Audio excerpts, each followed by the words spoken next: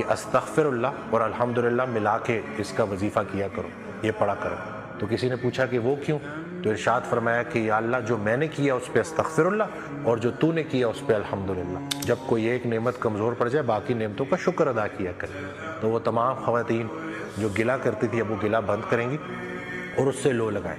یہ جو چھوٹے چھوٹے شرک ہم کر رہے ہوتے ہیں نا اللہ کے مقابلے میں معاذ اللہ، اس کی سزا پھر ہمیں ملتی ہے۔ تو اپنا قبلہ اپنا کعبہ بڑا صحیح ہونا چاہیے، اور وہ یہی ہے کہ ہماری جو بھی نیکیاں ہیں، جو بھی ہمارا خیر کا عمل ہے، وہ سب اللہ کے لیے ہے، اور ہر وہ غلطی جو ہم نے کی وہ اپنی ذات سے منسوخ کرنی اور اللہ سے معافی مانگنی۔ حضرت کہا کرتے تھے کہ استغفر اللہ اور الحمدللہ ملا کے اس کا وظیفہ کیا کرو، یہ پڑھا کرو۔ تو کسی نے پوچھا کہ وہ کیوں؟